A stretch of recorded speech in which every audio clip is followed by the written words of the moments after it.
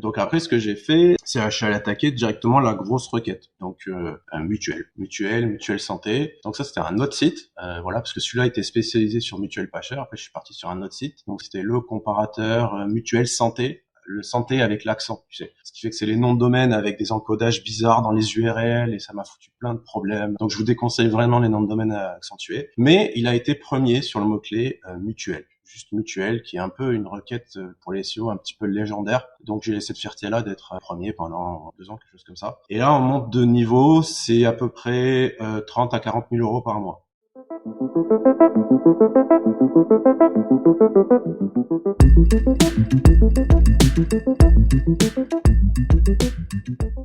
Bonjour à tous, bienvenue sur le podcast des Makers. Aujourd'hui, on reçoit Stéphane Madaleno. Ça me fait grand plaisir de t'avoir. Comment ça va? C'est moi, bah ça va, hein, super. Hein, la première fois qu'on se parle, c'est vrai que je te suivais un petit peu sur Twitter. Voilà, tes threads avec beaucoup de réactions qui font réagir. Donc déjà félicitations et puis c'est vrai qu'on s'était jamais parlé quoi. Donc voilà. Merci à toi. Non, c'est vrai, t'as raison, on s'est jamais parlé. On s'est jamais vraiment parlé. Par contre, comme on se disait tout à l'heure, on se suit de loin tous les deux et surtout moi, je te suis depuis très très longtemps. Comme je disais, le fameux Stéphane Madaleno derrière SEO et Hero Ninja que j'ai utilisé des centaines de fois. Aujourd'hui, tu as un palmarès de 10 000 outils, je crois, en ligne, plus ou moins. Ouais, il y en a quelques-uns, ouais.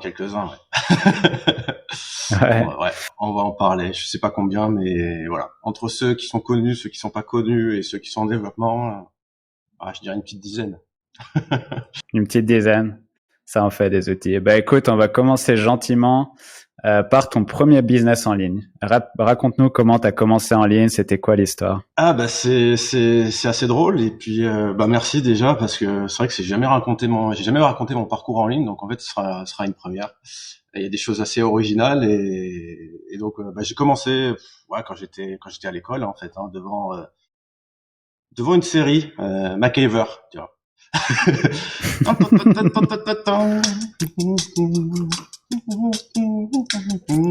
Bon, en fait, c'est le spirit de la série qui m'a Ça inspiré, tu sais, commence bien. le bricolage, les soudures, etc. Moi, j'ai toujours été fan. Quand j'étais gosse, je démontais tout, les voitures, j'essayais de rajouter des caméras, d'ajouter des ustensiles, des mitraillettes, etc. Et du coup, moi, j'avais pas trop d'argent de poche. Mes parents, d'origine portugaise, ma mère, bien sûr, concierge, hein, comme quasiment toutes les mères portugaises. Mon père, maçon, comme à peu près tous les tous les maçons portugais. Bon, après, il faut aussi laveur de car. Mais du coup, j'avais pas trop d'argent de poche et il fallait se débrouiller un peu par soi-même. Et du coup, un pote, à un moment, comme il savait que je bidouillais, il est venu me voir et il me dit, voilà, il y a des puces qui sont sorties. C'était à l'époque de la Xbox. Et il savait que je touchais un petit peu à la soudure. Parce qu'on était dans la même classe et tu sais, t'avais les cours de techno, on faisait des soudures tu sais, on avait des objets chaque année pour faire des soudures. Et moi, j'adorais ça. Même limite pour Noël, j'avais commandé des autres objets issus de la même marque, c'était Vellman, avec des télécommandes, des sabliers, des vues-mètres avec la lumière, et je m'amusais à souder. Donc, il savait que j'étais bon là-dedans. Et il m'a dit voilà, j'ai une puce, j'ai commandé une puce, par contre je sais pas la souder. Alors du coup il fallait démonter la console, il fallait la souder. Et là du coup c'est là où j'ai commencé mon premier business, qui est le business de la pose de puces sur les consoles et la réparation de consoles. Voilà. Donc j'ai commencé avec sa console. Ça a mal commencé parce que en fait j'ai grillé sa console parce qu'en fait les fers à souder qu'on utilisait, ils avaient une panne, c'est-à-dire l'extrémité qui était assez épais. Et par rapport aux cartes mères, en fait, quand tu voulais souder sur le microcontrôleur, le fer à souder était tellement puissant que ça décollait la pastille du microcontrôleur. Donc du coup, c'est là en fait où tu te dis, quand même, il y a quand même, il a un besoin. J'ai grillé sa console, du coup, on allait en racheter une autre. Et là, du coup, j'ai commandé un nouveau fer à souder avec une panne en une panne en cuivre bien plus fine et moins puissante. Et j'ai commencé à faire les soudures. Et là, du coup, lui, son pote, il a commencé à avoir un autre pote. J'ai fait aussi sa console, etc. Et là, j'ai commencé à regarder un petit peu les forums sur Internet. À l'époque, c'était le plus populaire, c'était un forum qui s'appelle Xavbox, qui est aussi un référenceur connu. Je sais pas si tu connais Xafen, c'est lui qui le tient. C'est un référenceur qui est un peu connu de la sphère, enfin qui est un ancien, qui est un petit peu un dinosaure du web. Et c'est là où j'ai commencé à faire référencement, parce qu'en fait, on avait des fiches poseurs de puces. Mon pseudo, c'était Stéphou le fou. on retrouve encore des archives avec notamment des concours. C'était mon premier concours. Avant de faire les concours SEO, j'avais fait des concours de pose de puce et j'avais fini troisième. J'avais fait un montage en Scooby-Doo. Enfin voilà, c'était rigolo. Et en fait, c'est comme ça que j'ai commencé le business du référencement. C'est qu'en fait, je me suis inscrit un soir, en regardant quelques épisodes de MacGyver sur plein d'annuaires. Et en moins d'un mois, en 2 mois, j'étais premier sur pose de puce Nice, sur toutes les consoles, sur réparation de console Nice. Et je me suis dit, putain, c'est incroyable, le référencement, en fait, c'est tellement simple. Et à l'époque, je vivais encore chez ma mère. Et du coup, bah, j'avais plein de demandes par jour. J'étais encore étudiant. Il y avait plein d'inconnus. D'ailleurs, merci encore à mes parents qui venaient chez moi. Et moi, quand j'avais 16 ans, 17 ans, et que c'était quand même des papas qui venaient, tu vois, avec des consoles, des fois qui valaient plusieurs centaines d'euros, j'étais un des seuls poseurs de puces, je pense en France, qui autorisait à ce que le mec soit à côté de moi et je soudais en live direct, tu vois. Parce qu'en fait, je me mettais à la place du mec qui venait et qui voyait un petit gars tout petit en disant, mais attends, c'est quand même, enfin, tu vois, j'ai pas confiance, tu vois. Je vais filer ma confiance à quelques centaines d'euros à un petit gars.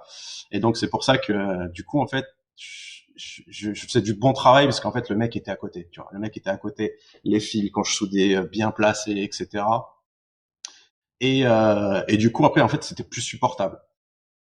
Et je me rappelle, je crois, mon record en une journée, c'était 700 euros de chiffre d'affaires en pose de puce où je les avais enchaînés à la journée un samedi. Et c'est comme ça que j'ai pu prendre sur ce business-là mon premier appartement grâce au référencement naturel, quoi. C'est comme ça que j'ai connu le référencement. Donc pour revenir à ce que tu disais, donc tu avais un business physique qui était donc la réparation de console, la pose de puce sur console, et tu as utilisé le référencement naturel pour avoir des clients. Donc c'était du référencement local à l'époque. On est en quelle année déjà à peu près? C'était à la sortie de la Xbox, je me souviens même plus. Ça fait 10 ans, je sais plus. Ouais, 10 ans, je crois, 15 ans. Ouais, 10-15 ans? ouais, ça fait 10 Ok. ans. Ouais. C'est, et, Donc c'était du SEO local, ouais. ouais, c'était que du SEO local. Et du coup, en fait, j'ai de la chance d'avoir commencé là-dessus parce que je me suis dit, le référencement, c'est ultra simple, en fait. Sauf qu'en fait, j'avais aucune notion de la concurrence. Parce qu'en fait, il y avait une forte demande sur ce business-là, parce que personne ne faisait, et tout le monde pensait que c'était un peu illégal, mais tu avais un flou juridique là-dedans. C'est qu'en fait, tu as le droit de mettre des puces sur tes consoles, mais pour ton utilisation personnelle. Par exemple, tu achètes un jeu, il faut que tu aies ta licence. Ta licence, voilà, par exemple, si ton gosse il raye le jeu, etc., tu peux créer euh, des copies de ton jeu, etc. Mais t'as pas c'est pour ça que si j'avais un contrôle de police, les jeux gravés que j'avais toujours le jeu original. Et t'as toujours eu un flou juridique là-dessus. Et donc en fait, il y avait très peu de concurrence. Par contre, il y avait beaucoup de demandes. Et donc du coup, moi, j'avais aucune notion du volume, de la concurrence sur les mots-clés que tout le monde connaît maintenant aujourd'hui en SEO. Mais du coup, je me suis dit, bien, c'est super simple. En fait, tu fais quelques annuaires et tu te places direct. Et après, ce que j'ai fait, c'est qu'après, bah, j'étais pendant mes études, il fallait trouver un stage de fin d'année, et j'ai fait un stage chez mon beau-père qui faisait du dépannage de chaudière. Et dépannage de chaudière aussi, j'ai eu de la chance, c'est un métier qui est pas trop concurrentiel, pourtant tu as de la demande. Et donc pareil, lui, je l'ai placé sur sa ville, qui est une petite ville locale qui est Saint-Laurent-du-Var, je sais pas si tu connais, juste à côté de Nice. Et je l'ai placé pendant ma période de stage, j'étais premier sur toutes les requêtes dépannage chaudière, entretien chaudière, suivi de toutes les marques qui existaient de chaudière, de Dietrich, Sonnet Duval, enfin je m'en souviens encore de toutes les marques. euh, et du coup j'ai commencé comme ça. Et puis voilà, comme j'étais bricoleur, comme tu as pu le comprendre, j'ai découvert l'outil Zenoposter, que tu connais aujourd'hui. Et j'étais vraiment un des premiers utilisateurs français à l'utiliser. Ça m'a ouvert les yeux parce que j'étais pas développeur, j'étais un peu, voilà, je m'intéressais au code. Mais voilà, sans cet outil, je suis rien. Voilà, en gros, j'ai fait toutes mes armes là-dessus. Je pense l'avoir fait connaître aussi à la communauté française parce que j'étais un des premiers et puis même un des premiers à faire la formation. Et cet outil, voilà, j'ai commencé à automatiser la soumission des formulaires. À l'époque, il y avait un CMS qui s'appelait Spip, je sais pas si ça dit quelque chose, qui permettait en fait de faire donc c'était un CMS comme WordPress qui était beaucoup utilisé chez des sites d'autorité.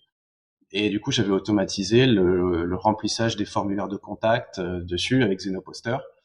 Mais j'étais allé plus loin, c'est-à-dire que pour les plus puissants, en fait, tu étais obligé de te connecter sur le site. Le CMS t'envoyait un mail par mail avec un code dans le mail. Donc avec Xenoposter, bah, j'allais me créer un mail, j'allais me connecter au site automatiquement, j'allais consulter les mails, j'allais scraper les mails, récupérer le code, puis j'allais me connecter et j'allais enfin commenter. Et ce genre de choses, il y a personne qui pouvait l'automatiser. Et aujourd'hui, c'était vraiment le seul outil qui permettait de le faire.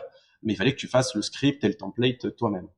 Et c'est comme ça que bah, je suis rentré dans des thématiques ultra concurrentielles parce que quand j'ai commencé à parler de Xenoposter, il y avait une personne qui était dans une niche ultra concurrentielle qui est la mutuelle, qui m'a dit ouais tu veux pas me former sur les mutuelles, etc. Donc on a commencé à travailler ensemble.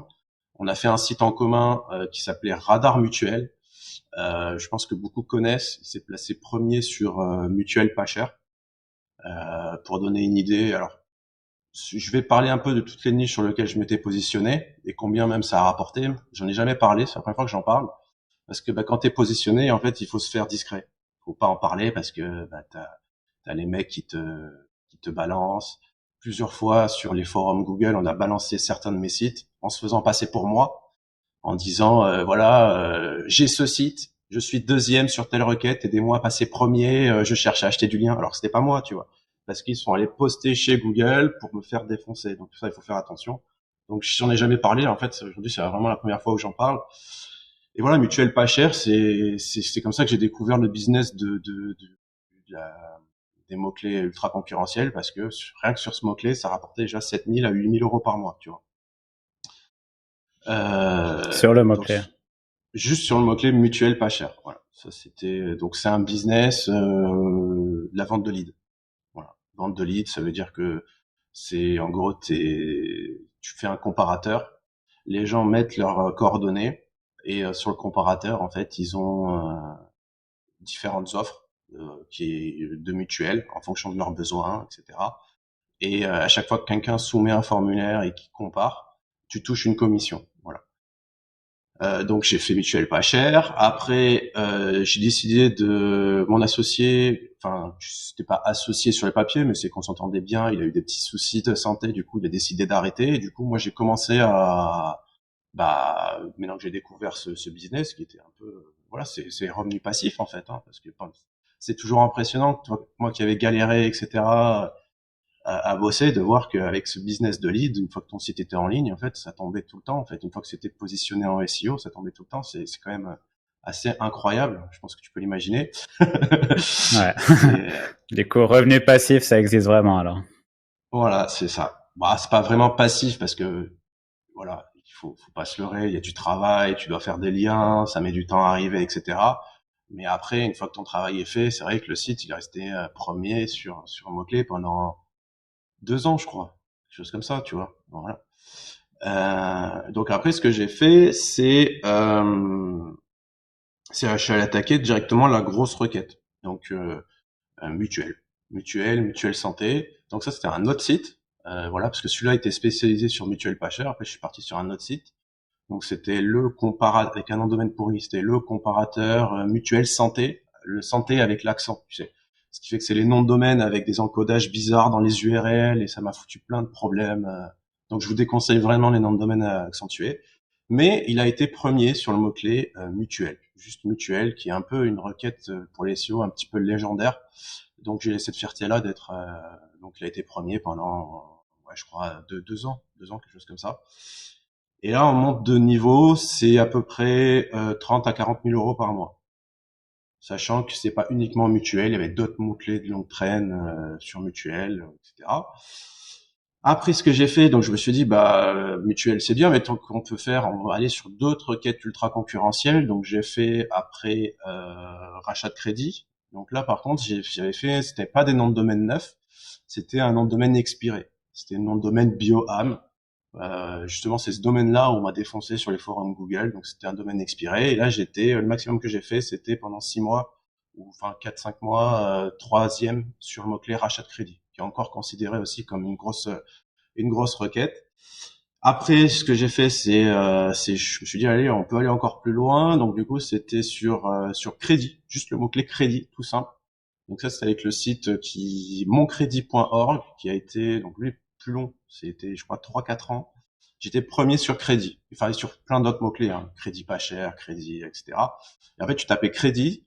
En première page, tu avais toutes les banques et tu avais mon site qui était un petit peu l'intrus, etc. Voilà. Et tout ça, c'est tout des mots-clés après 30 000 euros, à peu près 30 000 à 40 000 euros par mois, etc.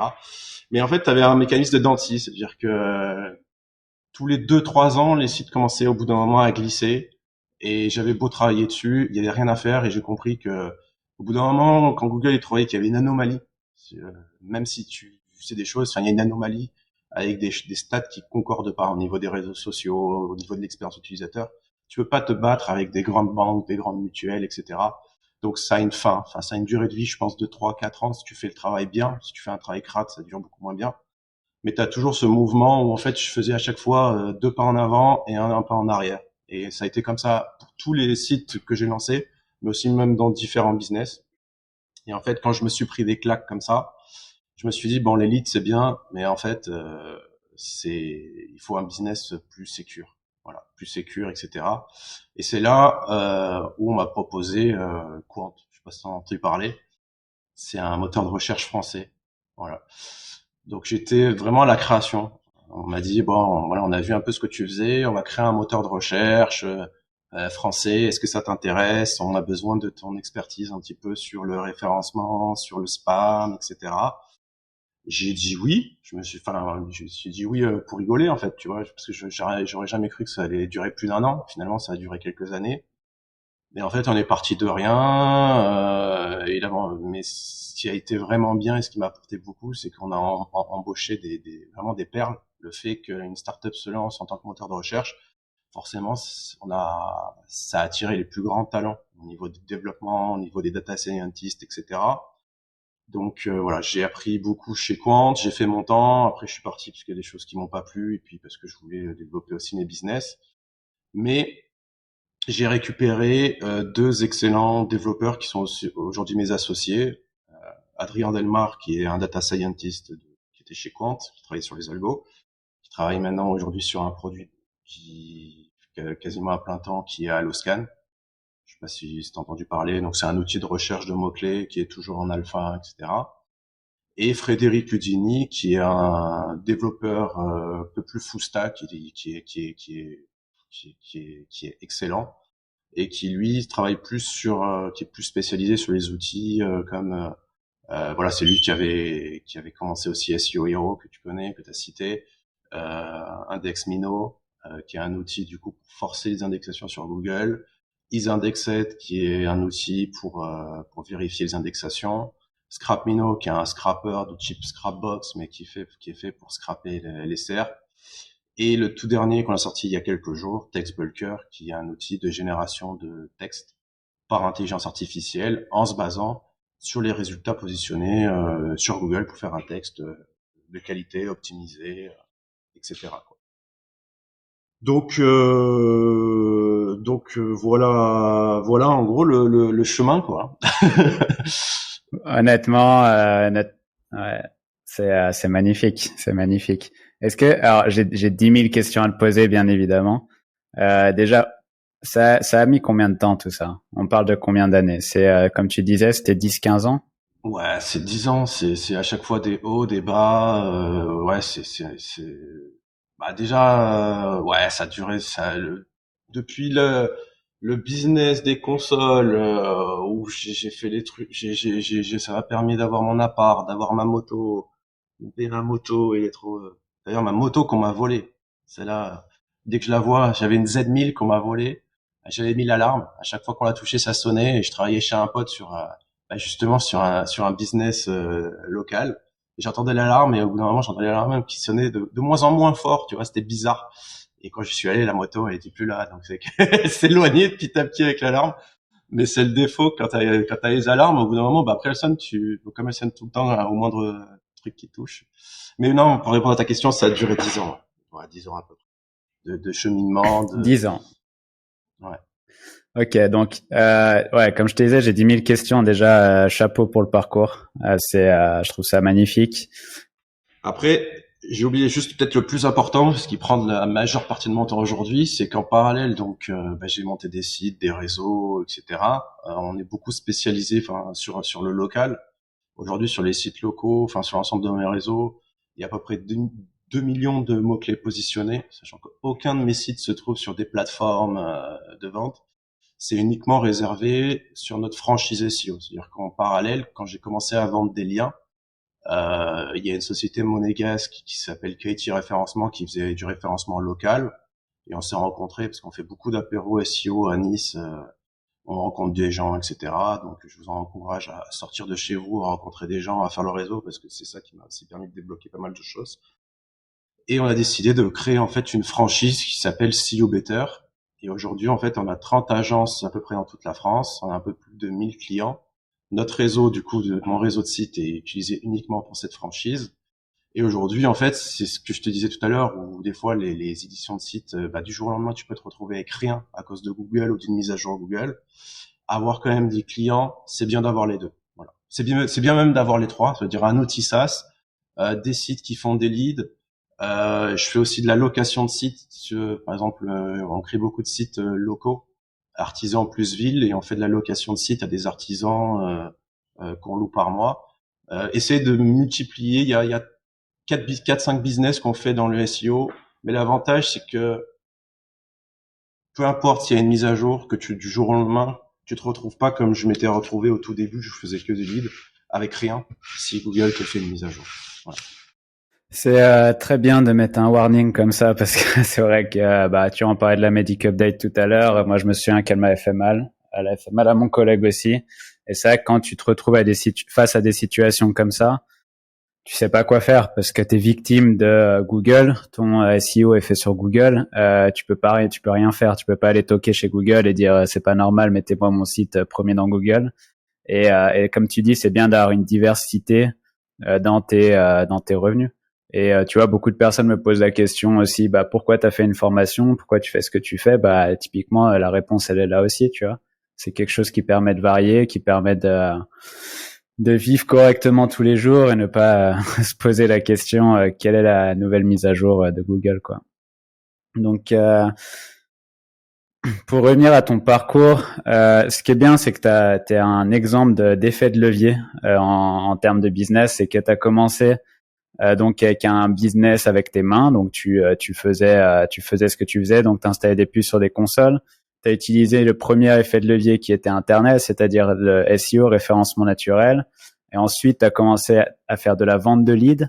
Donc ça t'a permis en gros de monter d'un niveau où c'est plus toi la main, c'est d'autres personnes qui le font et toi tu vends à des entreprises en fait qui le font, donc la vente de leads. Et petit à petit t'es monté comme ça. Et ça c'est des choses dont on parle pas souvent, mais c'est vrai que le plus important c'est de commencer comme tu l'as fait. C'est-à-dire à petite échelle, faire, tu vois, comme tu disais, c'est maximum 700 € par jour que tu faisais avec la pose de puce, et petit à petit monter en échelon pour être où tu es aujourd'hui. Par rapport à la vente de leads, il y a aussi un truc que j'ai oublié de préciser, c'est qu'il y a eu un gros échec. Ça veut dire que quand je faisais la vente de leads, c'est vrai que j'ai parlé des montants, et en fait tu te dis bon, tu touches ce montant, mais c'est que tu touches ce montant en affilié. Mais en fait, du coup, tu te dis, quand tu te renseignes sur le prix, par exemple, sur les rachats de crédit, etc., en fait, ils prennent un pourcentage du crédit, c'est des montants qui sont énormes. Et en fait, j'ai eu la bonne et mauvaise idée de devenir courtier en crédit. C'est-à-dire que j'ai passé tous les agréments pour devenir courtier au crédit, parce que en fait, j'avais tellement de leads que je me disais, mais en fait, ce qu'on va faire, c'est que je vais devenir courtier, je vais m'associer avec quelqu'un qui fait ça. Donc j'avais un ami qui s'appelle Benjamin Berger, qui a une société de comptabilité dans le secrétariat, enfin qui est fait, enfin qui connaît, tu vois, la finance, etc. Et je lui dis, bah écoute, si tu veux, on crée une nouvelle boîte. Donc on a créé une nouvelle boîte qui s'appelait Preto, avec le nom de domaine, tu vois, pré avec to.com et tout. Et on a passé tous les deux en accéléré pour devenir courtier. Donc en fait, j'ai l'agrément courtier, j'ai passé tous les agréments, l'ORIAS, j'ai un numéro ORIAS, etc. Et en fait, ça a été un flop total parce qu'à partir du moment où tu traites toi-même les dossiers, en fait, tu passes du temps avec les clients pour pour leur trouver le meilleur taux, etc. Tu leur fais tout, tu fais les allers-retours, les mecs ils t'envoient les dossiers à moitié complets. Après ils te relancent et disent bah alors, je dis bah, je vous ai demandé les dossiers, mais vous les avez pas envoyés. En fait c'est une perte de temps. Et en fait, tu te rends compte qu'en fait, je suis pas fait du tout pour ça, et on n'est pas fait du tout pour ça. Il vaut mieux se spécialiser dans son domaine, puisque la société, bah, du coup, on l'a revendu pour presque rien, mais on a perdu 1 an, 2 ans de travail pour rien, en essayant de vouloir, en fait, être trop gourmand et en voulant passer en direct, en fait, alors que finalement, on aurait mieux fait de partir sur d'autres niches d'affiliation plutôt que de créer un vrai business. Mais voilà, c'est encore un truc qu'on a essayé. Tout n'est pas rose. Voilà, forcément, tu as des échecs. C'est vrai que dans les entrepreneurs, on parle souvent de la réussite. Mais voilà, tu as des échecs. Voilà, tu as plein de choses où on investit, on a perdu, plus 1 année de travail. Et si tu multiplies par ton taux horaire, tu as le montant de ce que t'as pu perdre, quoi. Voilà. Ouais, c'est marrant que tu dis ça parce que je pensais justement à faire une liste de tous les échecs parce que comme tu dis, on n'en parle pas souvent, mais typiquement avec mon partenaire, à un moment, on était pas mal dans les compléments alimentaires et on s'est dit bah allez, on va faire une marque de compléments alimentaires vu que on voit ce qu'on prend en affiliation, sachant que c'est sur le premier achat et tu as des achats récurrents, tu vois ce qu'ils gagnent, s'ils te donnent autant en commission, c'est que les gars ils gagnent énormément et on s'est mis à rechercher trouver pas des producteurs mais des fournisseurs au UK du coup vers Londres, trouver, les appeler, passer du temps au téléphone, essayer de faire les produits, etc. À la fin on a abandonné parce que penser à la logistique, penser à tout ça, on s'est dit ok, on reste sur les sites et on continue à faire ça parce que c'est une prise de tête sans nom et c'est pas notre travail comme tu dis. C'est normal. Après, tu prends ta calculette, tu dis waouh, c'est vrai que ouais, tu gagnes temps, c'est bien, mais si tu passes en direct, c'est beaucoup plus. Mais c'est un autre métier. Je pense qu'on l'a tous fait. À partir du moment où tu es très bien positionné et que tu vois que tu commences à faire des chiffres sympas, bah tu te dis comment je peux passer en direct. Après, il y en a plein qui ont réussi à passer en direct, mais après c'est un autre délire, quoi. Il faut être bien accompagné. Voilà, tu peux pas le faire tout seul. Du coup, il faut que tu trouves des bons associés. Un associé, c'est un peu comme ta femme. Voilà, t'as des hauts, t'as des bas, mais il faut avoir confiance en eux.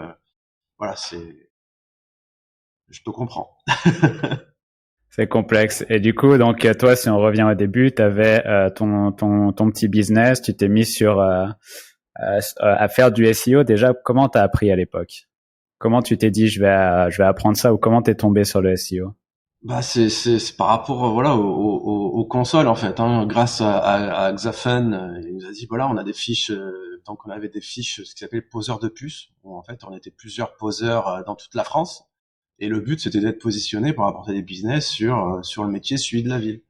Et moi j'y comprenais rien mais lui bon il avait compris que quand même voilà, il avait une expérience en SEO et qu'à la base on faisait tout en annuaire et du coup, il avait dit, bah, tapez annuaire suivi de électronique, entreprise, etc. Et bah, vous enregistrez.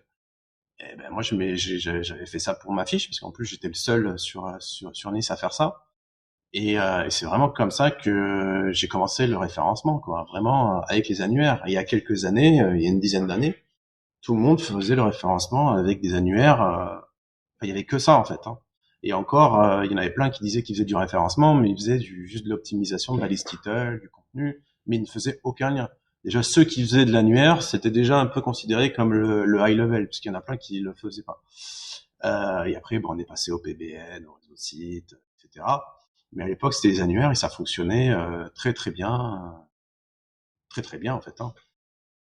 Ça fonctionne encore le local?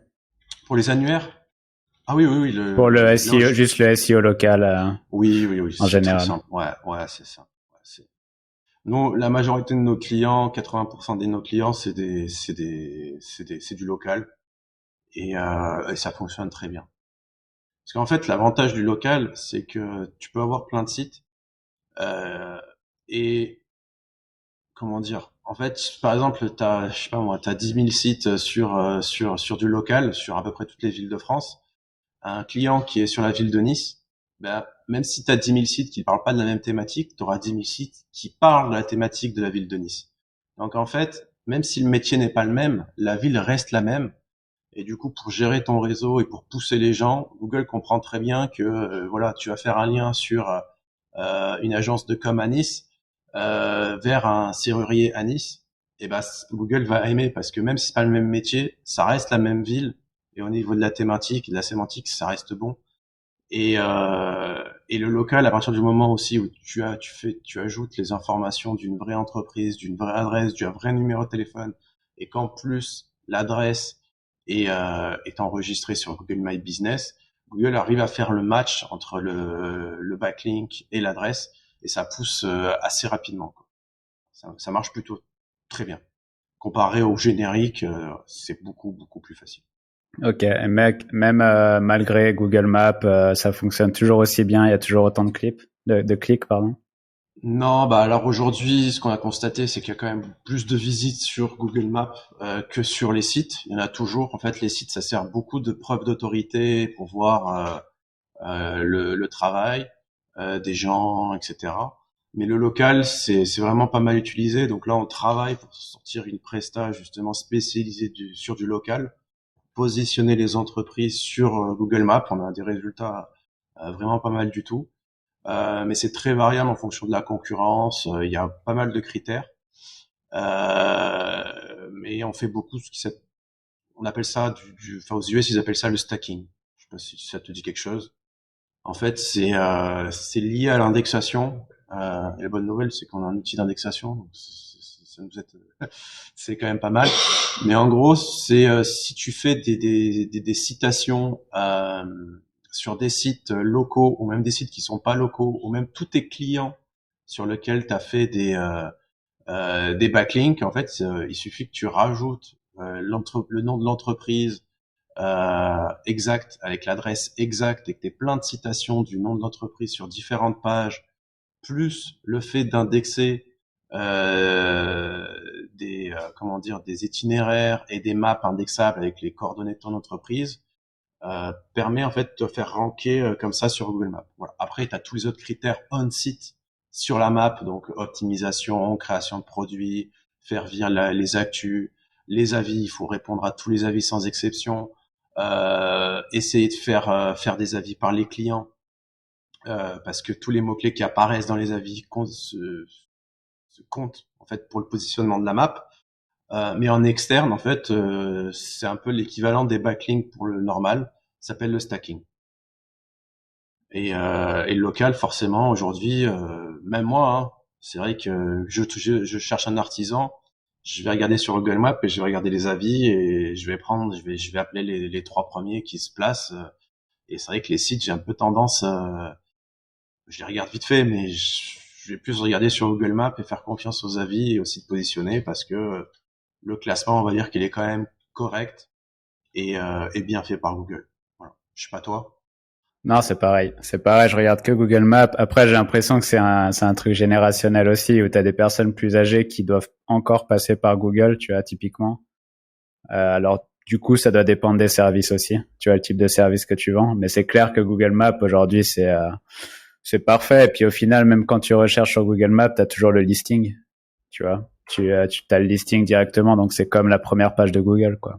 Ouais, c'est ça. Et il t'affiche les trois premiers, donc voilà. C'est pour ça que il faut essayer d'être dans les trois premiers. Ouais. Et une autre question. Donc après, tu as dit que tu es parti dans du concurrentiel. Donc ça, tu avais mutuel pas cher, c'est ça? C'était ton premier mot-clé concurrentiel?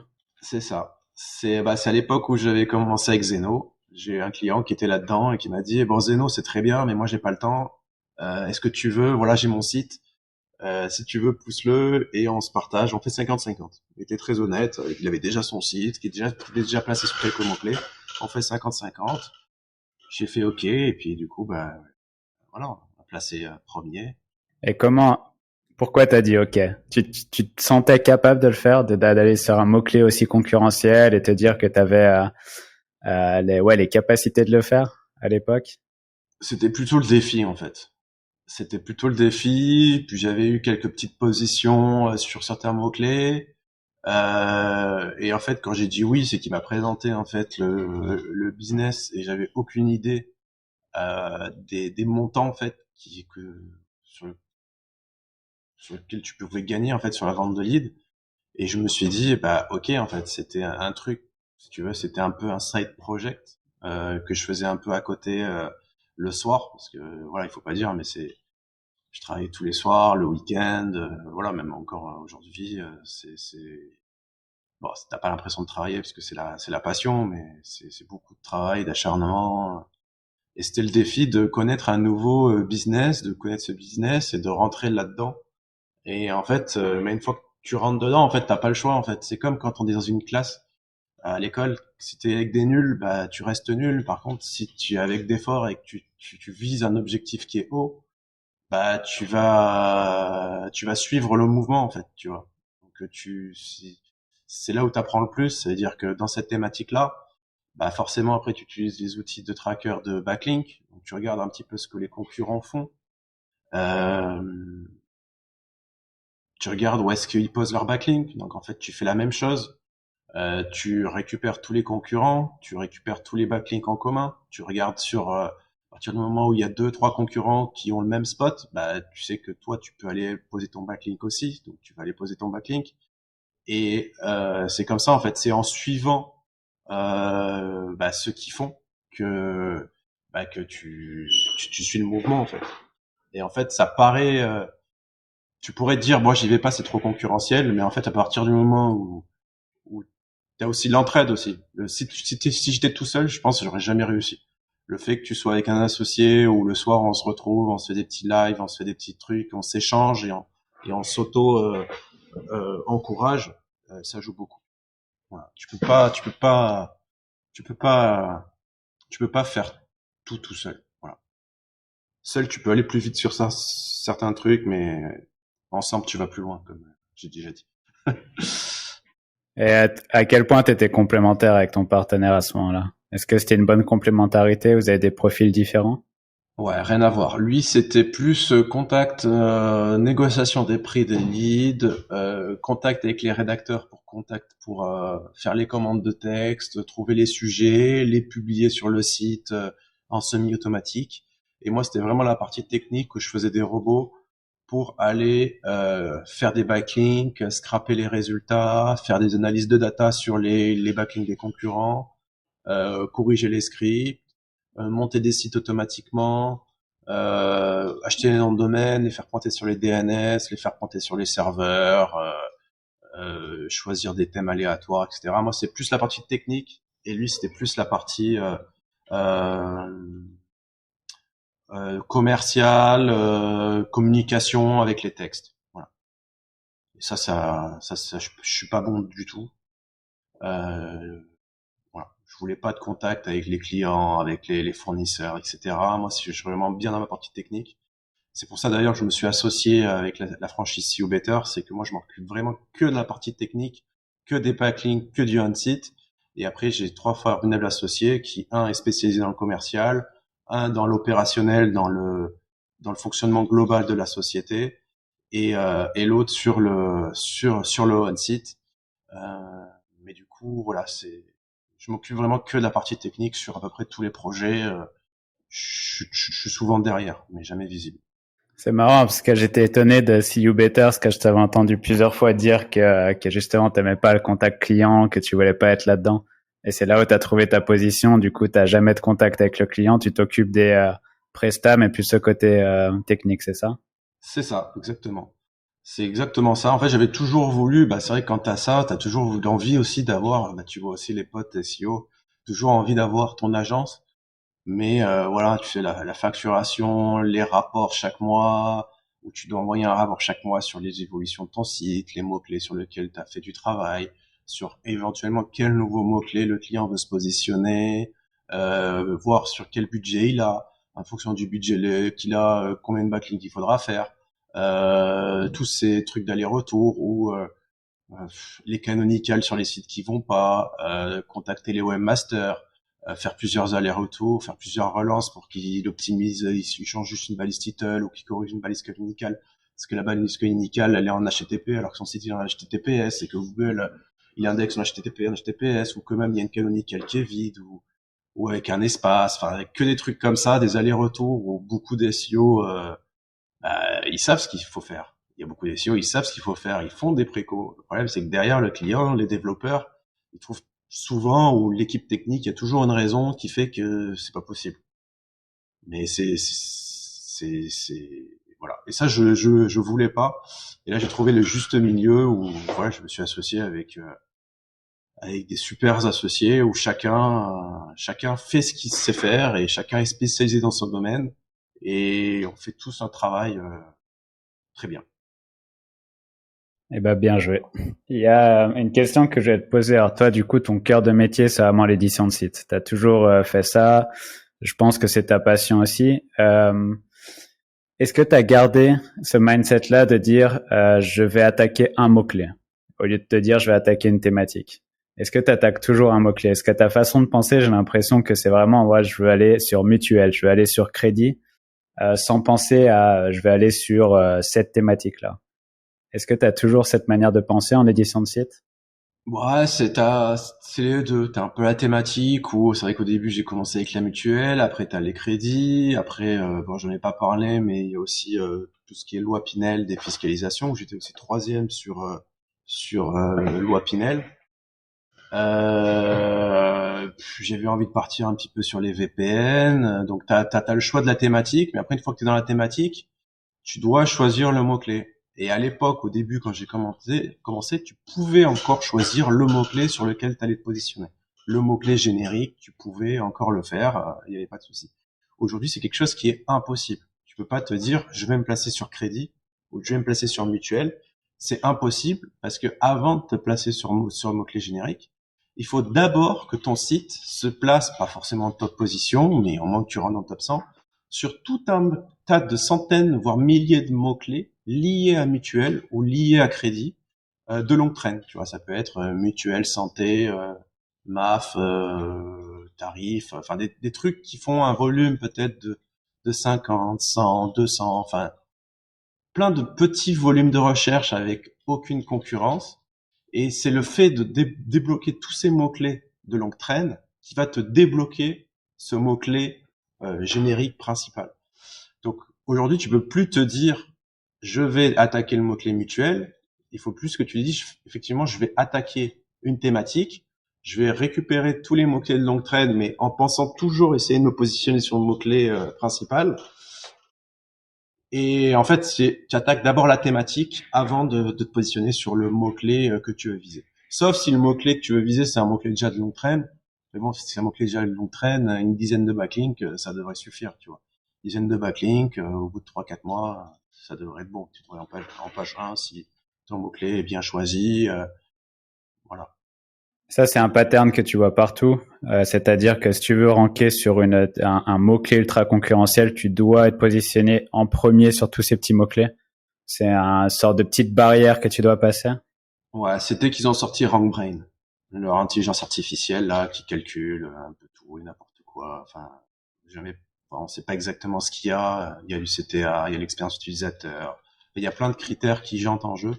Et je l'ai remarqué depuis qu'ils ont sorti RankBrain. Voilà, ils t'autorisent plus à ranker sur de l'ultra concurrentiel. Avant, tu pouvais même avec un site monopage te passer sur une requête ultra concurrentielle avec en trichant un peu avec plein de redirections 301, etc. Aujourd'hui, c'est impossible. C'est vraiment impossible. Il faut que tu aies plusieurs centaines, voire milliers de pages et que tu sois considéré par Google comme étant un expert de ta thématique et que tu te positionnes sur plein de mots-clés différents de ta thématique pour débloquer ton mot-clé business qui va faire du volume et qui a les plus gros volumes. T'es obligé. Et ce mot-clé principal, tu le mets toujours en homepage ou tu le mets n'importe où? Alors, quand j'ai commencé, tous les sites qui se sont positionnés, c'était tout en des homepages. Aujourd'hui, Google a un petit peu changé. On a tendance de plus en plus sur l'ultra concurrentiel à avoir des pages internes. Donc ça, c'est un petit peu changé.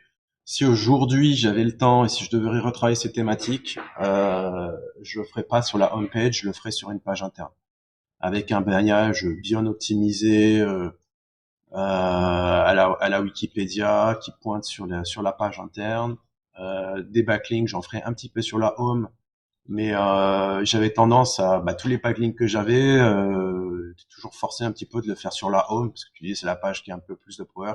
Et en fait, j'ai répartirai un peu plus sur tout l'ensemble du site. Euh, mais aujourd'hui, si je devrais refaire, et me positionner sur des mots-clés intéressants par rapport au changement de la SERP et aux modifications qu'il y a eu depuis plusieurs années, je pense 3-4 ans, c'est pour la même puissance de lien, tu auras des meilleurs résultats sur une page interne qu'une home page. Voilà. Après, tu as encore des home pages qui apparaissent, tout simplement parce que forcément, c'est elles aussi qui ont le plus de trust. Mais niveau création de backlink équivalent, la page interne, elle gagnera. Pour moi. Enfin, pour moi, c'est quasiment sûr d'après les analyses que j'ai faites. Ok, bah c'est clair. Merci pour cette petite précision du coup. Je voulais continuer sur ta phase de enfin ton addiction, je crois, à la création d'outils.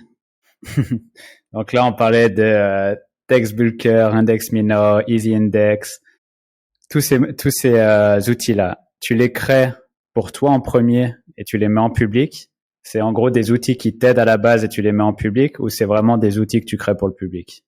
Non, tous les outils, en fait, c'est fait pour moi à la base. Voilà. SEO Hero, c'était à l'époque quand je l'ai créé, voilà, j'étais positionné sur des voilà sur l'ultra concurrentiel et c'est vrai que le matin, tu te lèves le matin, la première chose que tu regardes, c'était position avec ton café, etc.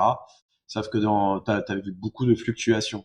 Donc du coup, j'ai fait cet outil pour voir les différences de data centers, parce qu'il y a des data centers qui ont de l'avance, et parfois même 48 heures. Et puis quand tu es tous les jours en train de faire des backlinks, forcément tu es toujours... Enfin, tu regardes beaucoup plus tes positions que si tu laissais les trucs en passif, tu regardes beaucoup moins. Et en fait, tu regardes tellement les positions que souvent tu deviens un peu accro et tu veux aller plus loin dans le check des positions. Et, et puis c'est toujours voilà, c'est pour ça que j'ai créé l'outil qui permettait un peu de voir un peu en avance l'évolution de ton site et aussi en avance les pertes de position de ton site, tu vois, parce qu'il y a une mise à jour Google, etc. Et même si ça sert forcément à rien, dès que tu voyais un petit peu 48 heures en avance des petites chutes de position, tu commençais directement le jour J à refaire un peu de backlink, à remettre en place des trucs, à Refaire te ton préparer, CV. voilà, à te préparer, même si ça servait à rien, tu vois, parce que ça peut pas être pris en compte en 48 heures, tu peux pas, etc. Mais c'est juste pour avoir, voilà, pour être, c'est pour les passionnés en fait, hein, voilà, parce que finalement, ça change pas grand chose d'avoir tes positions peut-être 24 heures ou 48 heures à l'avance, à part te préparer pour éventuellement discours et explication, tu vois, avec ton partenaire, un truc comme ça. SEO Hero, c'est vraiment basé autour de l'addiction, quoi. T'as ce truc où c'est Voilà. vrai qu'il faut être vraiment un acharné et checker tes mots-clés tous les jours. Et en plus de ça, t'avais fait ce petit jeu avec le ninja qui saute de plateforme en plateforme qui m'a rendu totalement accro. Est-ce que t'as la data du meilleur score là-dessus? Non, il y a pas, j'enregistre pas ça. Non, non, non, non, non. En fait, SEO à la base, il était pas comme ça. C'était juste un outil. Il y avait pas de jeu. Sauf qu'à un moment, il y a, oui, attends, c'était quoi déjà? Non, Script SEO, c'était un concours. Donc c'était Alphabet. C'est un concours que j'avais gagné. Et après, l'année d'après, c'était Wix, la plateforme de création de sites, qui avait créé un concours mondial cette fois. Donc et le mot clé, c'était SEO Hero. Mais à la base, SEO Hero, le site s'appelait pas SEO Hero, il s'appelait 99 positions. Et du coup, quand il y a eu ce concours, je me suis dit, bon, vas-y, j'ai pas trop de temps à perdre. En fait, le SEO Hero, en fait, je sais ce que je vais faire pour le concours. Du coup, je fais une redirection, j'ai acheté SEOhero.ninja. J'ai fait une redirection 301 de 99 positions. Et en fait, je suis parti directement d'un vrai site pour les SEO, avec déjà de l'expérience utilisateur. Et à l'époque, on disait beaucoup que l'expérience utilisateur, le temps passé sur le site, c'est bien, et le fait qu'il y ait plusieurs clics sur le site, c'est bien. Et donc c'est là où j'ai décidé d'ajouter le petit jeu pour faire des clics sur le site. Et bon, je sais pas si ça a joué, mais c'est toujours des petits plus. Et en fait, SEO Hero, en fait, voilà, c'est pas son vrai nom. Là-bas, c'était 99 positions, et SEO Hero, c'était par rapport à un concours Wix. Voilà. Je l'ai pas gagné, c'est Walid qui a gagné. Moi, j'ai fini deuxième, je crois, ou troisième, je sais plus. Mais en fait, dans le top France, Bah, c'était mondial en fait. On s'est battu avec des Américains, des Russes, etc. Et le top 3 c'était des Français, tu vois, mondial. Donc Wix avait fait son concours pour dire voilà notre plateforme, on va faire du référencement, etc. Et en fait, on les a bien, bah ils étaient, je sais pas combien ils étaient, mais voilà. Et du coup dans le top 3 c'était marrant, c'est qu'on avait on avait 3 Français quoi. Voilà, il y avait Paul Sanchez, Walid, il y avait moi, enfin il y avait toute la communauté française qui était allée comme des. Voilà, on a une très bonne communauté en France. Hein. Le SEO est à un très gros niveau quoi. Ah, on est très fort, hein, Cocorico. Et elle vient d'où cet acharnement de vouloir être premier sur des mots-clés concurrentiels, faire des concours, essayer d'être premier au concours? Ça vient d'où, ça? Bah, c'est un peu le dépassement, enfin, c'est les défis, tu vois. Le SEO, c'est un peu comme un jeu de société. Ça veut dire qu'en fait, t'as 10 places dans la SERP. C'est un peu un jeu d'échecs. C'est-à-dire que t'avances les pions et nous, ce qu'on fait, c'est celui d'avancer des pions. On fait des backlinks. Tu fais des petits coups, t'ajoutes du contenu, tu fais des stratégies avec des 301. Et en fait, c'est un jeu de société, le SEO. Donc, si tu rentres dans le top 10, c'est que t'as probablement fait sortir quelqu'un du top 10 aussi. Donc c'est un peu bah, c'est comme toute compétition, c'est comme tout sport où tu veux gagner un match, etc. Ça devient un jeu, c'est un jeu, plutôt que de jouer aux jeux vidéo, tu fais du SEO. C'est un peu plus long comme jeu de société, mais mais voilà, c'est cet acharnement quoi. Et donc du coup, voilà. Et quand tu dis que ça prend du temps, est-ce que tu as réussi à contrer avec un autre business model, un autre business que tu fais ou autre chose, cette impatience du SEO? Non, c'est T'as vrai que essayé d'autres choses? ouais, j'ai essayé d'aller dans d'autres business, mais je suis pas fait pour ça. J'essaie d'aller dans les trucs de courtier au crédit, mais je suis pas fait pour ça. J'ai essayé de faire de la vente de produits sur une boutique, mais j'ai jamais vraiment lancé. Je suis pas fait pour ça. C'est, comme on dit, touche à tout, bon à rien. Donc, on est bon dans un domaine et faisons les choses. Après, tu peux faire des choses à côté sur ta spécialité. Voilà. C'est pour ça que, bah, pour répondre à ta question, donc, il y avait SEO Hero, c'est-à-dire que c'est des besoins pour moi. Après, on a Revenons à fait, la question. ouais, c'est vrai que j'ai pas répondu, mais après, il y a eu une mise à jour de Google où il y avait des gros problèmes d'indexation. Du coup, bah, j'ai fait isindexed parce que, pour constater, en fait, que, voilà, sur un site donné, Google désindexait fortement les pages qui n'avaient aucun trafic, aucune plus-value. Et en fait, tu te rends compte que quand tu dégages ce genre de pages qui sont pas indexées ou qui veulent pas s'indexer, même si tu les forces, ton site après il obtient un petit boost. Donc j'ai sorti cet outil mais à la base pour moi, du coup on l'a transformé en SaaS et qui est utilisable pour tout le monde. Sauf que bah, une fois que tu vois qu'il y a des problèmes d'indexation, bah, il fallait trouver un système pour forcer l'indexation des pages. Donc à la fois pour mes sites, à la fois pour mes clients, et on a créé un Dexmino. Donc aussi avec Fred, donc qui lui est complémentaire et qui permet de forcer l'indexation des pages parce que si t'es pas indexé, ben tu peux pas avoir de visibilité. Après, moi j'utilisais beaucoup Scrapbox. Le problème c'est que Scrapbox, pour utiliser Scrapbox, tu dois utiliser des proxys. Google a été, enfin maintenant aujourd'hui, je sais pas toi si tu utilises Scrapbox ou quel proxy tu utilises, mais n'importe quel proxy que tu utilises, tu te fais ban de suite en fait. Et du coup, Scrapbox il devient inutilisable. Et du coup, vu qu'on avait nos propres systèmes de scrap grâce à isindexed pour vérifier si un site est indexé ou pas, on a décidé de faire Scrapmino pour scraper surtout les résultats des SERP et pour se positionner sur les mots-clés, je m'en sers beaucoup pour faire les commandes en bulk, des commandes all in title ou in title pour savoir la concurrence d'un mot-clé. En gros, c'est une commande Google qui te dit le nombre de pages qui ont dans la balise title tel mot-clé. Et ça, en fait, ça te donne une indication de la concurrence et sans utiliser forcément la concurrence d'AdWords que tu trouves sur les outils comme SEMrush, Ahref, SEO Observer, etc. Donc, on l'utilise pas mal. C'est nombre de concurrents sur un mot-clé, c'est ça? Ouais, All in Title, c'est une commande qui te permet de dire en gros, par exemple tu mets All in Title asynchrone, bah, il va te sortir le nombre de sites qui ont dans la balise title le mot-clé asynchrone, tu vois. Et quand tu fais ça sur les mots-clés que tu cibles, ça te permet de savoir, vu que enfin, n'importe quel SEO sait que le critère numéro un pour se positionner sur Google, c'est la balise title. Forcément, cette commande, elle est vachement utile parce qu'elle permet de t'indiquer le nombre de sites qui ont le mot-clé que tu vises ou l'ensemble des mots-clés que tu vises sur la requête.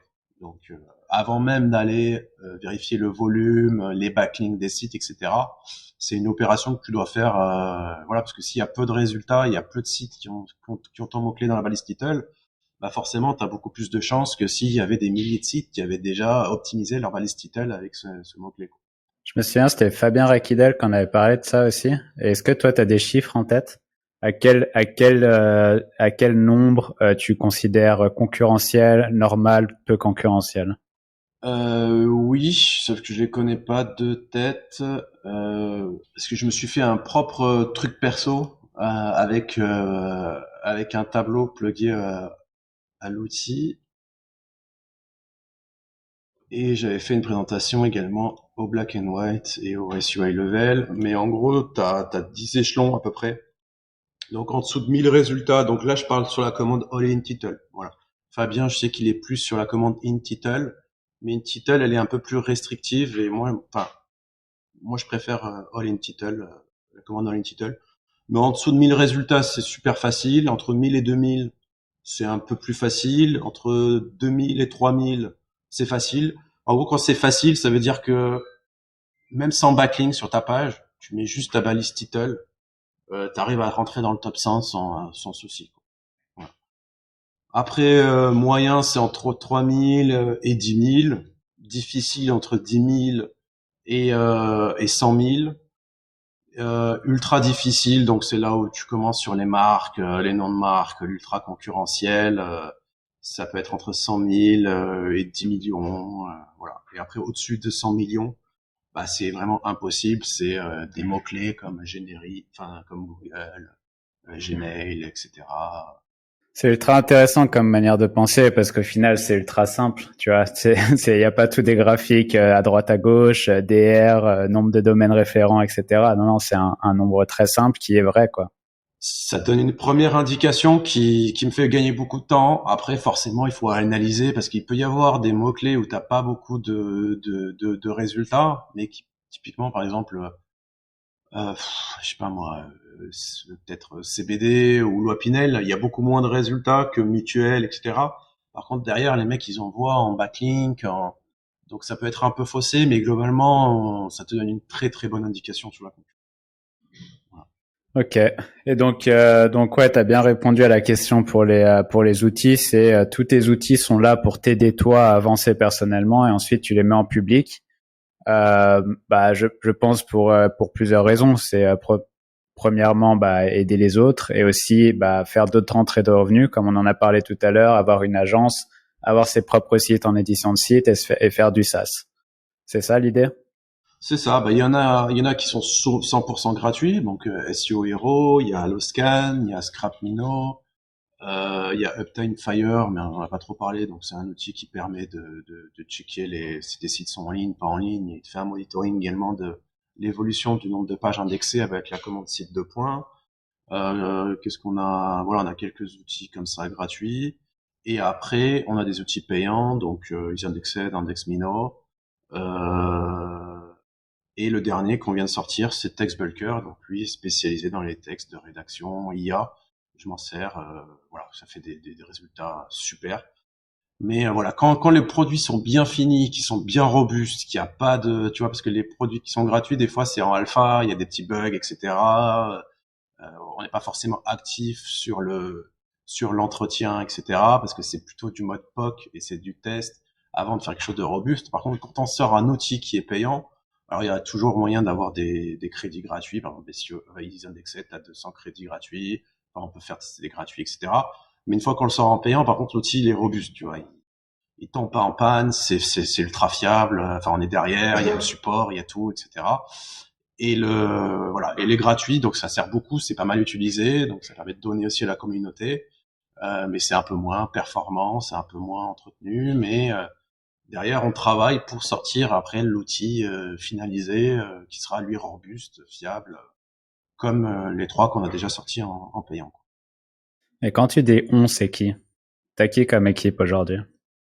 C'est pour les outils, on est plusieurs. Donc il y a mon associé à la fois Frédéric Ludeni, donc sur IsIndexed, IndexMino, TextBulker, SEO Hero, et Adrien Delmar qui est plus sur les API, l'analyse de data et l'outil Alloscan. Voilà. Ce sont tous les deux mes associés. Voilà, tous les deux mes associés. Et après, on a donc Véronica qui est derrière, qui s'occupe aussi du SEO, de la communication, tout ce qui est opérationnel, un petit peu surtout le support, etc. On a Magali La Rosa, donc qui est ma femme, qui était infirmière libérale et qui est venue travailler maintenant avec moi à plein temps. Et qui permet de faire aussi tout ce qui est support, facturation, etc. sur les différents outils. Et pour les outils SaaS, voilà, et on a aussi un développeur à Madagascar qui est lui plus sur les petits POC, tester les différents concepts et après on récupère tout et on refait tout au propre avec nos propres frameworks bien secure, bien fab, etc. Voilà. Donc on est Ok. Et du 5-6 coup, et ça c'est après 5-6. Ouais. voilà. Et après, donc ça c'est que pour les outils SaaS. Et après pour l'édition de site ou pour la franchise, donc au siège à Monaco. Donc le siège est à Monaco. Là, les bureaux ici sont sur tout ce qui est édition de site ou édition de logiciels SaaS. On a 2 bureaux et les 2 ils sont à Nice. Sinon pour la franchise, les bureaux se trouvent à Monaco. Et là du coup, j'ai 3 autres associés. Sandro, Benjamin et Gabriel. Donc chacun se passe sa spécialité, un dans le commercial, un dans l'opérationnel et un dans le on-site. On a plusieurs personnes qui s'occupent aussi de développer, parce qu'en fait, on a une application interne qui permet de tout gérer, les demandes de backlink, les demandes des franchisés, les suivis de position, qui est plugué à l'API Monitorank, entre parenthèses, c'est un petit big up parce que c'est un super gars. C'est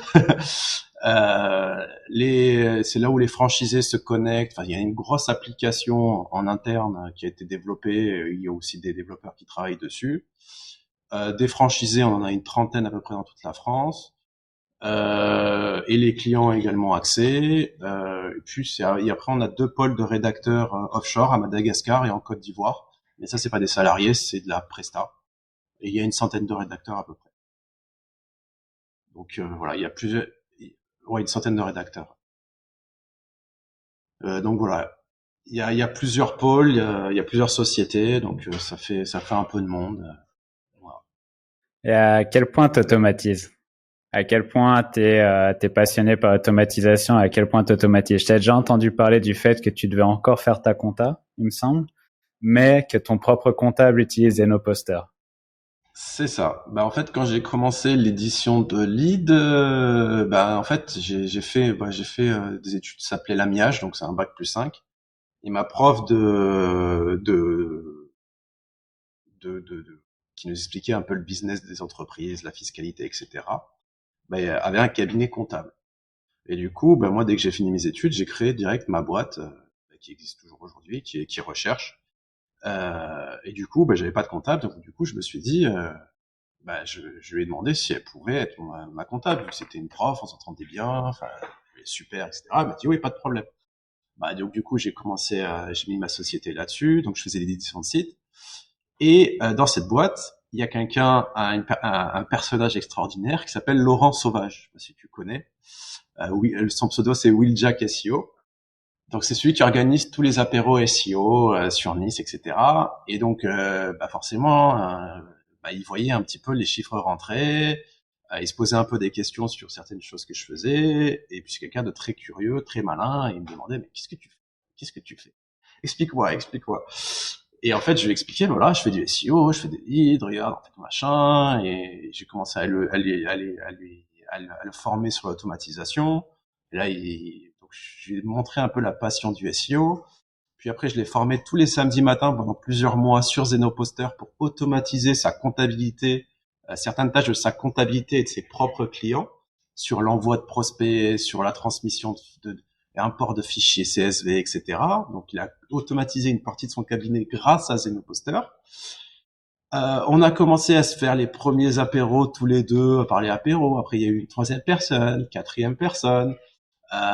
Puis après, il a pris le lead dessus. C'est lui qui a organisé tous les apéros SEO. Le dernier qu'on a fait, il y a encore quelques jours, on était 50 personnes sur le SEO. Et en fait, c'est comme ça que je l'ai fait apprendre le SEO, tu vois. Et après, il a même rencontré sa femme, en fait, grâce à moi, parce que c'est moi qui l'ai fait entrer dans le SEO. Et je sais pas si tu connais Diane Mott. Diane Mott, qui Ça est me dit un truc, ouais. voilà, excellente consultante SEO, qui est venue aussi sur Nice. Bah du coup, ils sont ensemble. Voilà. Donc voilà, je l'ai fait connaître le SEO. Ils se sont mis ensemble. Maintenant, ils vivent ensemble. Et puis maintenant, voilà, j'ai fait connaître la passion du SEO et puis la passion aussi de l'automatisation. Il a automatisé son cabinet.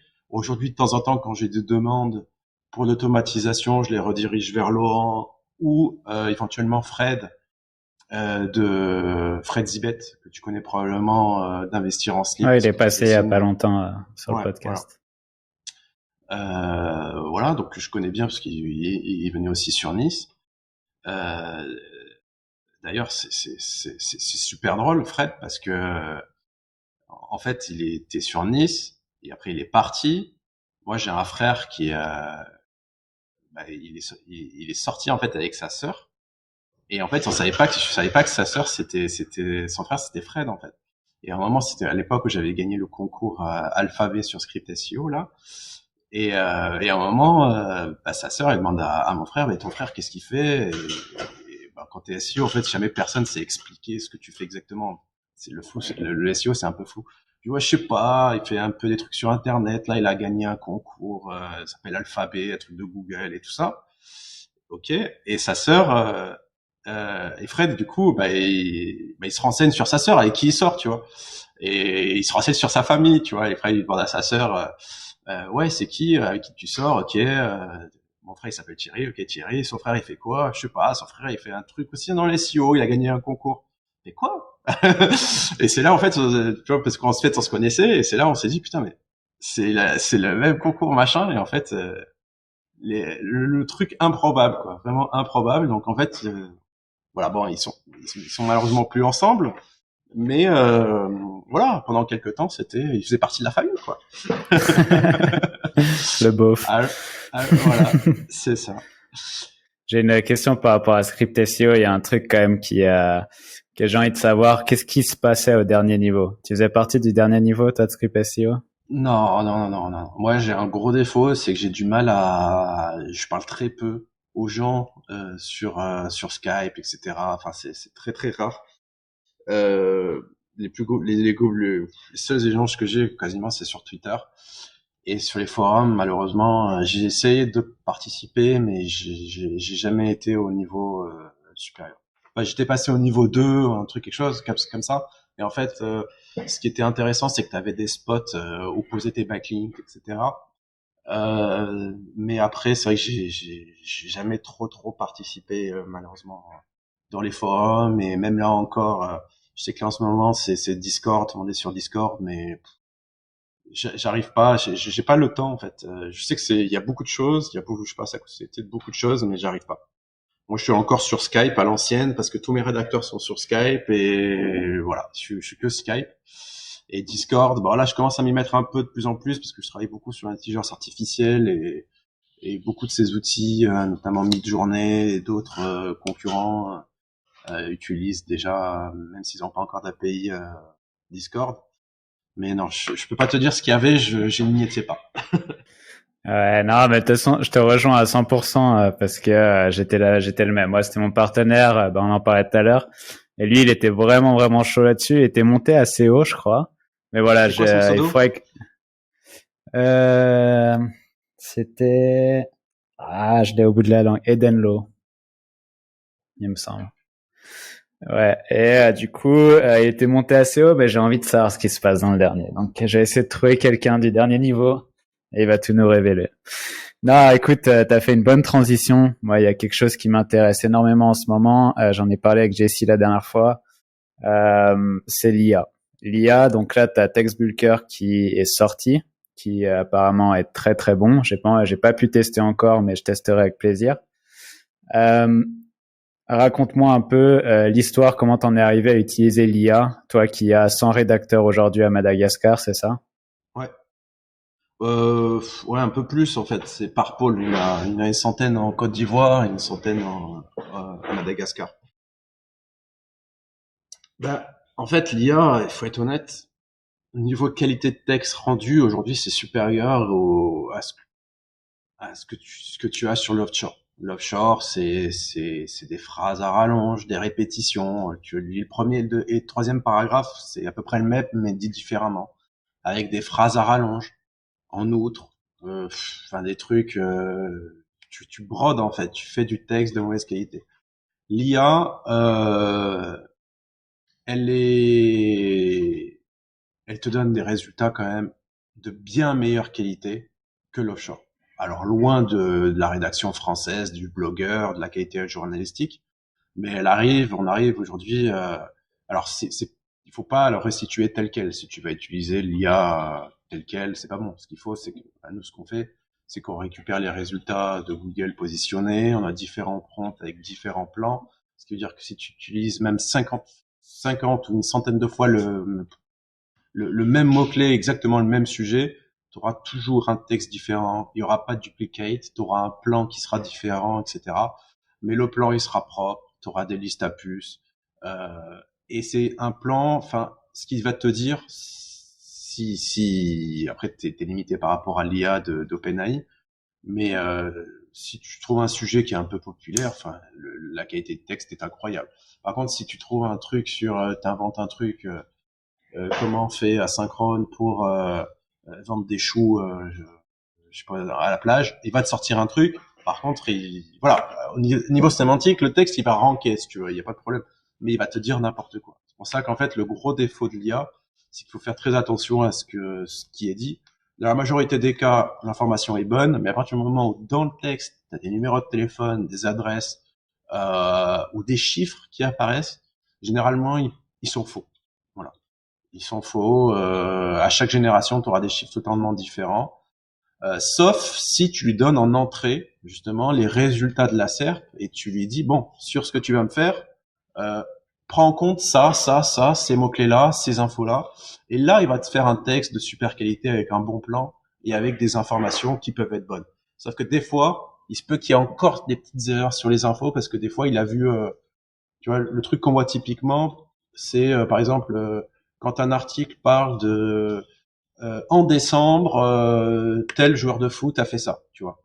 Et ben l'IA, elle va te réécrire en disant en décembre 2020, tu vois, parce que leur dataset il date de 2020-2021. Il va te rajouter la date alors que tu vas pas forcément rajouter la date.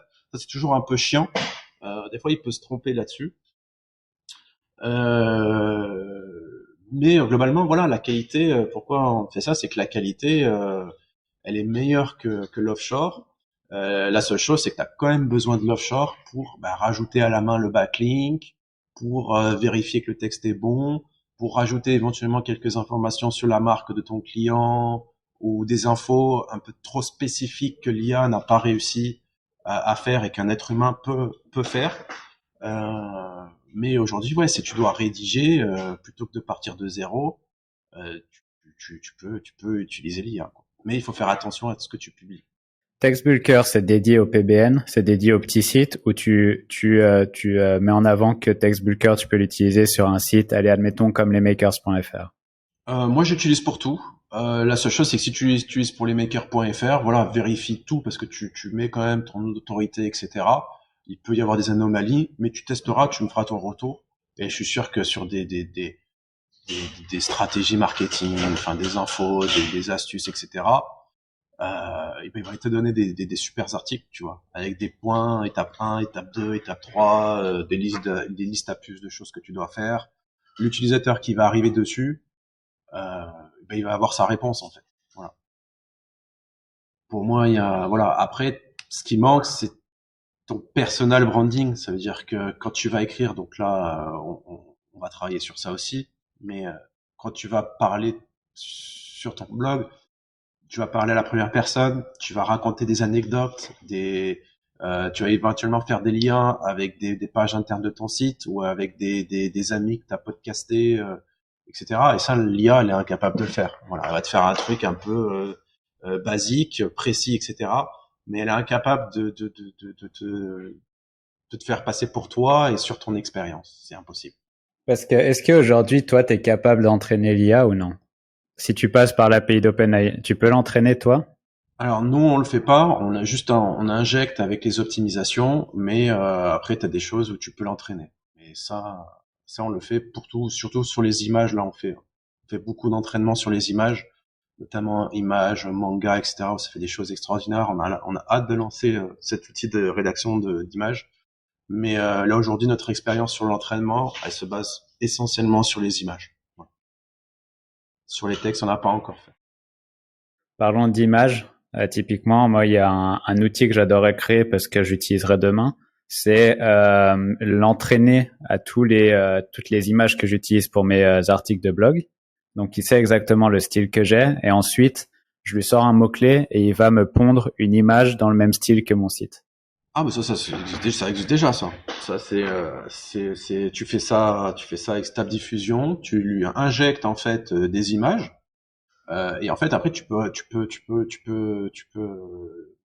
définir, en fait, la puissance, sur lequel, où tu veux qu'il te refasse, qu'il te refasse ton image, soit exactement avec le même corps parfait, mais sinon, en fait, il va récupérer les caractéristiques de ton image avec le style, la teinte, des images que tu lui as mis, et après tu rajoutes ton prompt écrit en disant bah sur cette image là et ce style d'image, je veux que tu me fasses un paysage ou une image de je sais pas moi de Donald qui déguisé en Père Noël.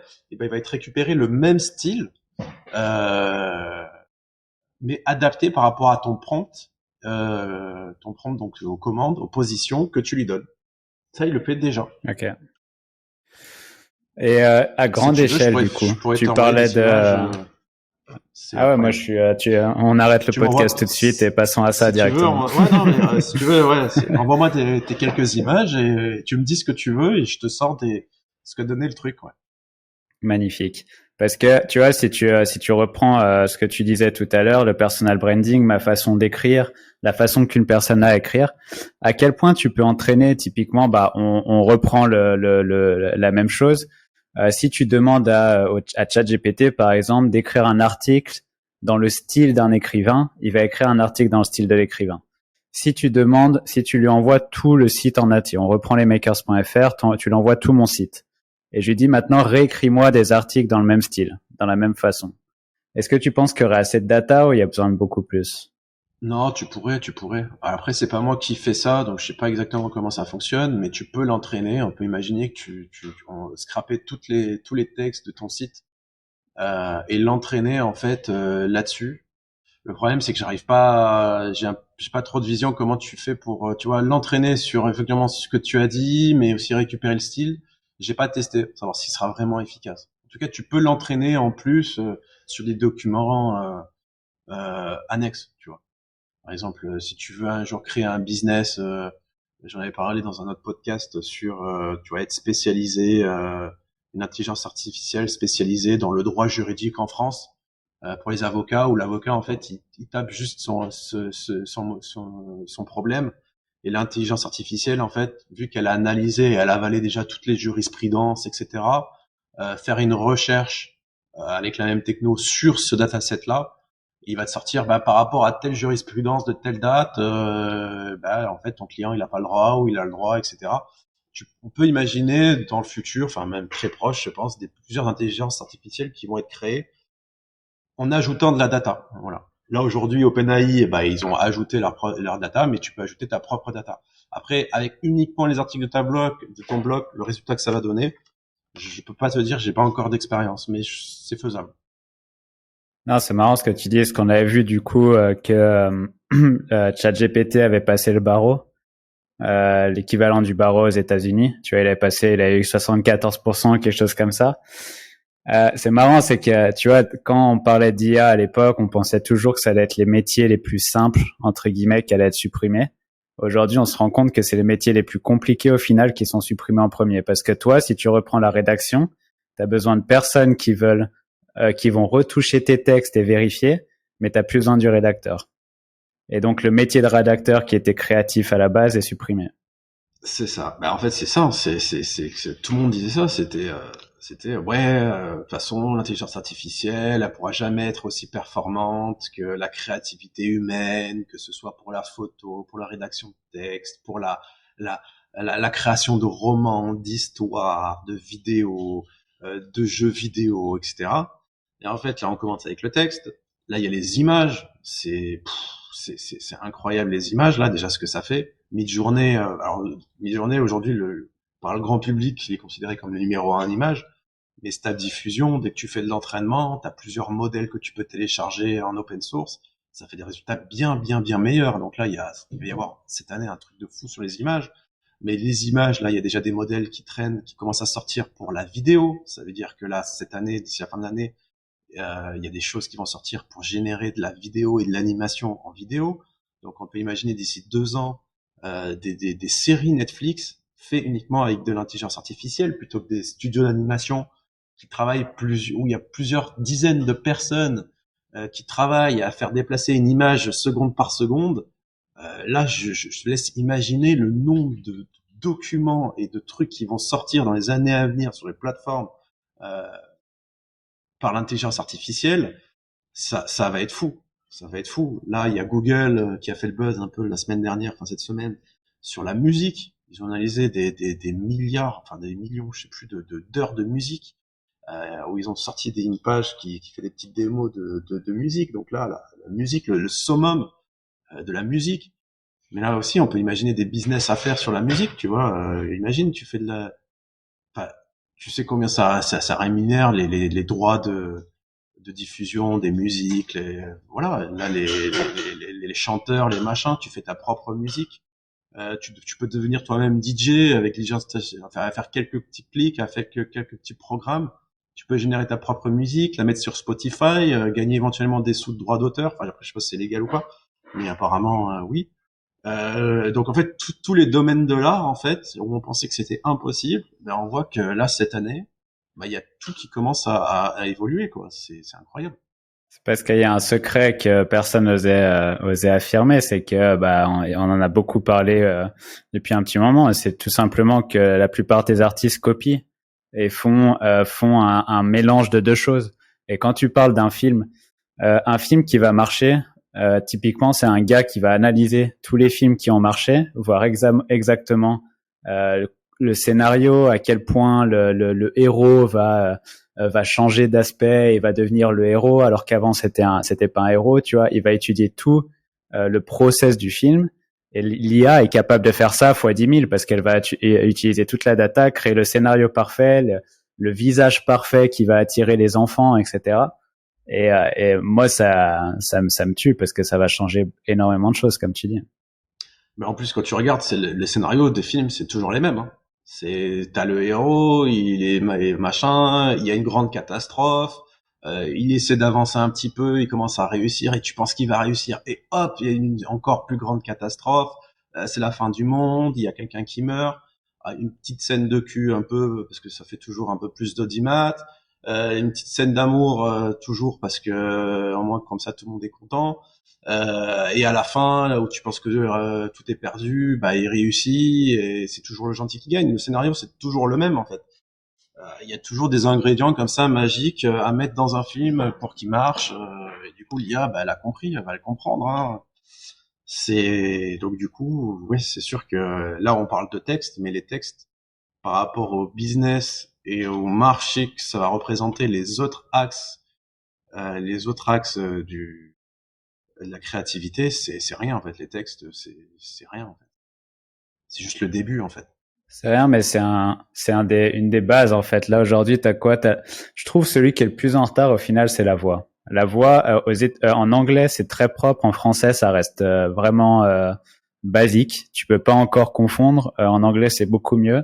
La vidéo, ça va arriver parce qu'une vidéo, c'est une compilation d'images au final, donc ça va arriver. Mais quand tout sera en place, tu vas pouvoir créer des choses qui seront incroyables. Et comme tu disais, tu vois, les textes, c'est rien aujourd'hui, mais si tu parles d'histoire, la structure d'une histoire comme elle est créée, et ben c'est pareil pour le copywriting, où tu écris une page de vente, c'est pareil. Tu as la structure parfaite, l'IA va être bien meilleure que toi.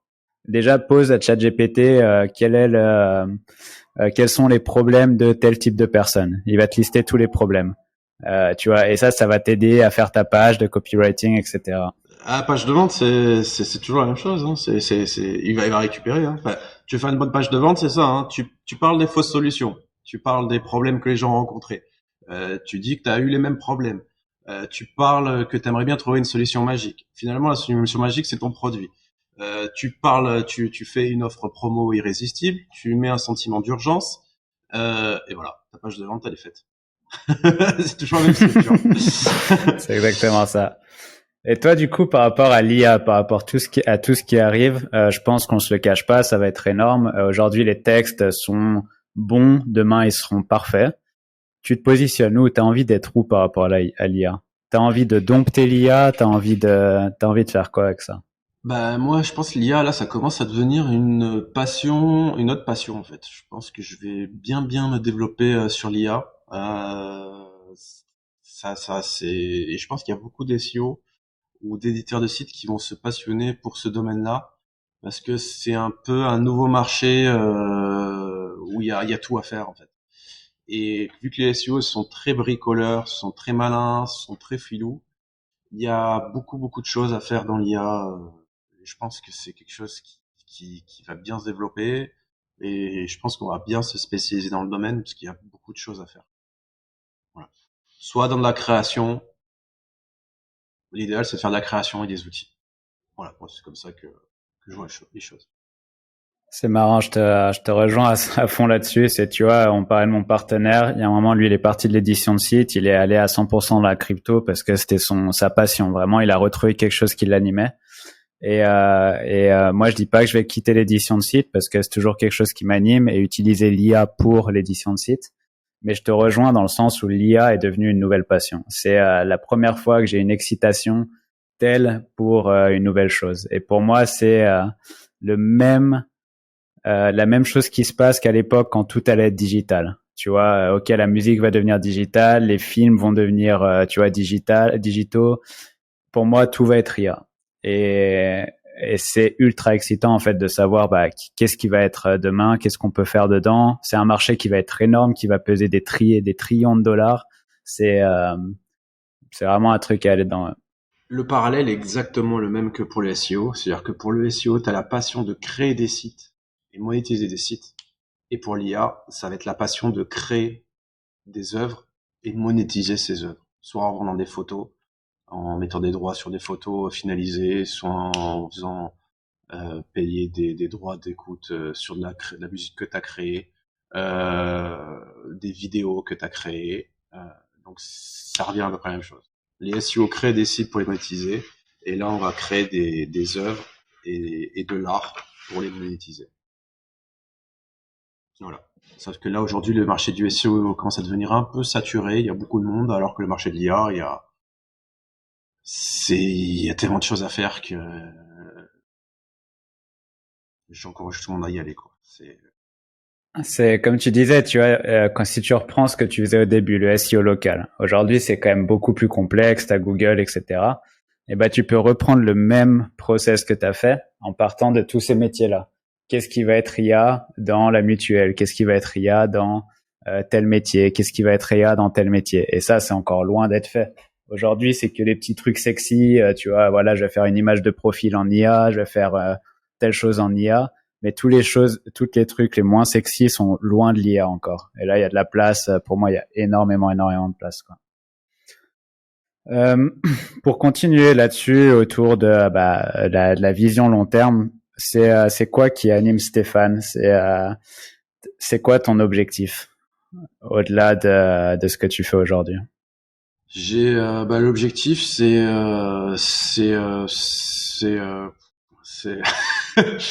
c'est pas non, c'est continuer. Voilà, le but c'est créer en fait. Hein, c'est tu vois, c'est c'est l'être humain en fait.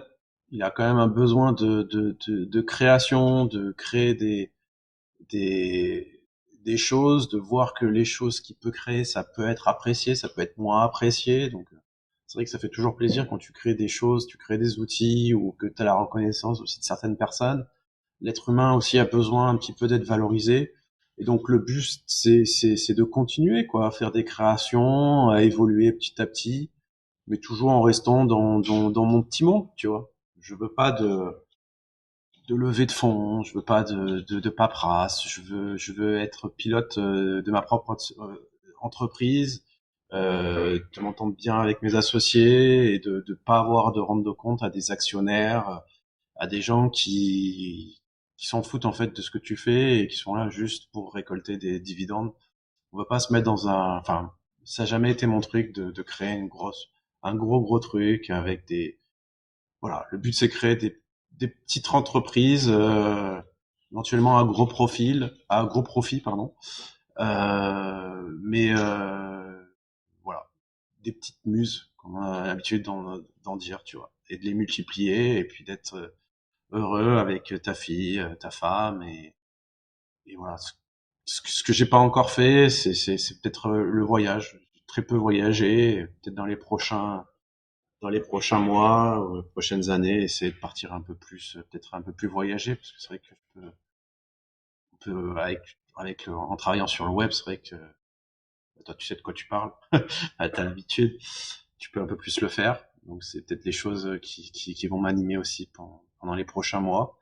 Mais sinon, voilà, c'est plutôt la création de nouveaux projets, de voir que ce qu'on fait, ça plaît aux gens. Et, euh, et c'est ça, en fait. C'est, c'est ça. Je te, bah écoute, je te comprends entièrement parce que c'est vrai qu'il y a beaucoup de personnes qui parlent d'énormes entreprises, de faire des levées de fonds, de faire des exits avec des centaines de millions.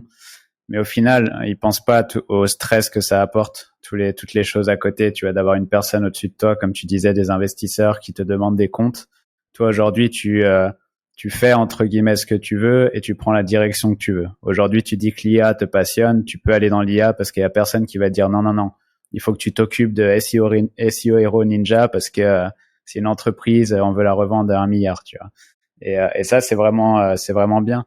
Mais j'ai une autre question par rapport à ça, c'est comment tu arrives à t'occuper de tous ces outils, de tous ces sites, de cette agence, et quand même avoir le temps de faire ce podcast aujourd'hui, et d'avoir le temps de faire de la recherche et développement, d'aller rechercher pour l'IA, d'aller rechercher des nouvelles idées, de faire ce qui te passionne. Comment tu arrives à automatiser ce que tu as fait pour passer au prochain projet? Alors, je vais dire qu'il y a plusieurs choses. La première chose, déjà, c'est être bien dans ta tête et dans ta vie. Depuis que j'ai mon premier business, l'époque de la console, je suis toujours avec la même femme, tu vois. Et le meilleur investissement que tu puisses faire dans une vie, c'est ta femme. Et moi, déjà, t'as plus ces histoires de, voilà, t'es bien, et en fait, ta femme aussi, elle t'encourage, et en fait, ça joue beaucoup pour te soutenir sur tous ces projets, etc. Et c'est vrai que bah, quand t'as pas ce truc-là qu'un être humain déjà a besoin, déjà, tu te perds dans pas mal de choses, tu peux te perdre dans pas mal de choses, et tu peux perdre de focus sur pas mal de choses. Une fois que t'as déjà ça, c'est une énorme chance, plus bien sûr la santé, etc. Euh, mais déjà, c'est une grosse chose qui permet d'avancer dans la vie. Après, la deuxième chose, c'est recruter les meilleurs. C'est-à-dire que là, comme je t'ai dit, j'ai recruté les meilleurs en associés. Les associés que j'ai, c'est les meilleurs que je puisse trouver, qui sont à la fois à un niveau humain, au niveau de travail. C'est des gens avec qui je m'entends super bien. Donc, c'est déjà, voilà, trouver les bonnes personnes avec qui t'associer.